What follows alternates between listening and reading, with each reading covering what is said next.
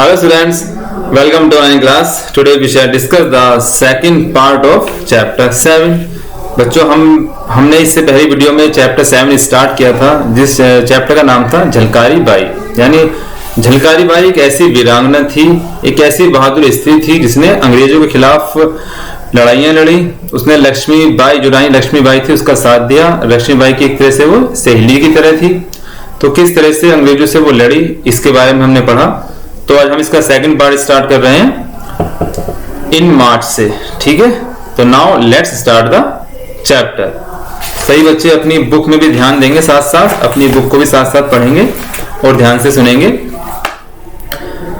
In March 1858 the British troops attacked the fort at Jhansi. Their heavy guns bombarded it. The Rani's troops fought back bravely. Among them was Jhalkari, never once leaving her beloved queen's side. She rode from one point to another, firing at the British soldiers with a steady hand and a sure aim. Means in March 1858, 1858 में मार्च में the British troops का मतलब होता है सेना यानी समूह। The British troops जो अंग्रेजों की सेना थी, attacked for the fort eight Jhansi, यानी झांसी के किले पर उसने अटैक कर दिया, आक्रमण कर दिया। मींस अंग्रेजों की सेना ने 1858 में मार्च के महीने में झांसी के किले पर हमला कर दिया। Their heavy guns and bombarded it, यानी उनकी जो बंदूकें थी और जो उनके बम थे वो अपनी बंदूकों से बम से बमबारी करने लगे उस किले पर। The Rani's troops fought back bravely, यानी जो रानी की सेना थी वो बहादुरी से लड़ी उन्हें पीछे करने के लिए। Among them was झलकारी, यानी उनके बीच में झलकारी देवी भी थी। Never once leaving her beloved, माने प्रिय क्वीन साइड, यानी वह अपनी प्रिय रानी लक्ष्मीबाई, जो लक्ष्मीबाई उसकी रानी थी, उसे लक्ष्मीबाई को कभी नहीं छोड़ना चाहती थी। She rode from one point to another, यानी वो एक के स्थान से दूसरे स्थान पर क्या कर रही थी, दौड़ लगा रही थी, घोड़े पर चढ़कर अंग्रेजों का मुकाबला कर रही थी। Firing at the British soldiers, यानी जो अंग्रेज सैनिक थे उन पर जो है फायरिंग यानी गोली चला रही थी। विद अ स्टडी हैंड, माने मजबूत हाथों से, एंड अ श्योर एम, और उसका एक निश्चित उद्देश्य था कि वो अंग्रेजों को यहां से भगा देगी। Now let's see the second passage. The enemy fell back. They had not expected such a strong defense of the fort. The British commander telegraphed for help, and more troops came rushing in. But the army of the Rani still held on. Means the enemy का मतलब शत्रु, दुश्मन, fell back, यानी जो शत्रु था वो पीछे हट गया। They had not expected such a strong defense of the fort, यानी अंग्रेजों को इतनी उम्मीद नहीं थी कि वो किले पर ऐसी सुरक्षा पाएंगे, कि वो किले के अंदर घुस नहीं पाएंगे, ऐसी उम्मीद उन्हें नहीं थी। The British commander telegraphed for help, जो ब्रिटिश कमांडर था, जो अंग्रेजों का जो सेनापति बोल सकते हैं इसे हम, कमांडर था, उसने दूसरी सेना बुलाई। टेलीग्राफ का मतलब सूचना देना, फॉर हेल्प में सहायता के लिए, यानी उसने अपनी सहायता के लिए और अंग्रेजों की सेना बुलाई। एंड मोर ट्रूप्स, यानी और सेना, केम रशिंग इन माने अंदर जाने के लिए उसने सहायता मांगी और दूसरी सेना बुलाई। बट माने किंतु the army of Rani still held on, लेकिन जो रानी की सेना थी वो जो है डटी रही, वो अभी तक वहां पर डटी रही अपने स्थान पर। Let's see the second passage. When the British found that they could make no progress, they decided to gain entry into the fort by stealth that night.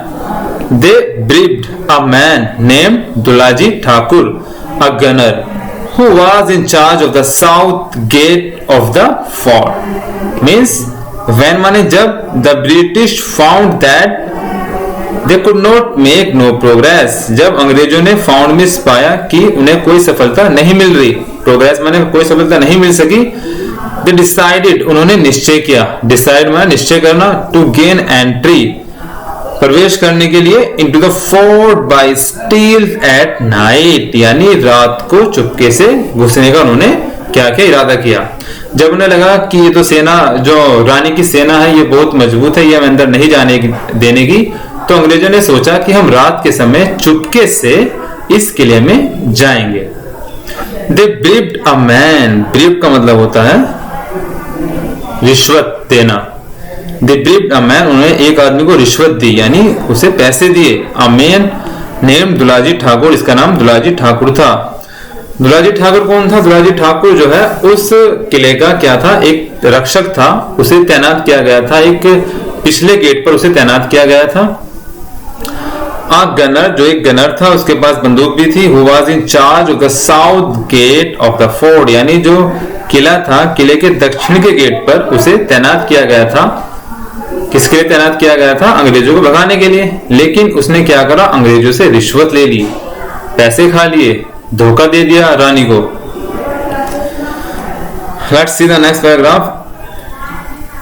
In return for a large sum of money, Dulaji led them to a spot where there was a break in the wall, and the soldiers made their way into the fort through it at the dead of night. As they began to climb, Jhalkari saw them and sounded the alarm. With loud cries, the Rani's army took up the fight and opened fire, and the attackers fell back. Means in return for a large sum of money, यानी बहुत सारे पैसों के बदले में दुलाजी जो गद्दार था, Dulaji led them to a spot, यानी दुलाजी उन्हें एक ऐसे स्थान पर ले गया अंग्रेजों को, where there was a break in the wall, जहां पर दीवार टूटी हुई थी।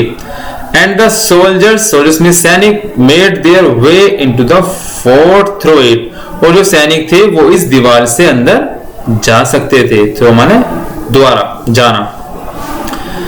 At the dead night, यानी उस अंधेरी रात में, उस खतरनाक रात में वो अंदर जा सकते थे उस दीवार से होकर। As they began to climb means चढ़ना, जैसे ही उसने उस दीवार पर चढ़ना शुरू किया, झलकारी सादम, झलकारी ने उन्हें देख लिया, एंड साउंडेड द अलार्म, और उसने शोर मचा दिया, सबको बता दिया कि यहां से अंग्रेज आ रहे हैं। With loud cries the Rani's army took up the fight, यानी जो रानी की सेना थी उसने शोर सुनकर उसने अंग्रेजों पर फिर हमला बोल दिया। एंड ओपन फायर का मतलब गोलियां चलाई।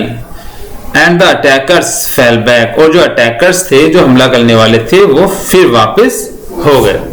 इस तरह से जो रानी की सेना थी वो लगातार अंग्रेजों से लड़ती रही बहादुरी के साथ। Now let's see the next paragraph. During the days and nights that followed, the fighting continued, तो the Indian troops were full of daring. They could not withstand the British attacks. The enemy fought their way steadily until they were outside the palace. Three more terrible days of fighting followed. Means during the days and nights that follow, यानी दिन रात, days nights, दिन रात, कई दिन कई रात तक युद्ध चलता रहा। द फाइटिंग कंटिन्यू का मतलब लगातार लड़ाइयां होती रही।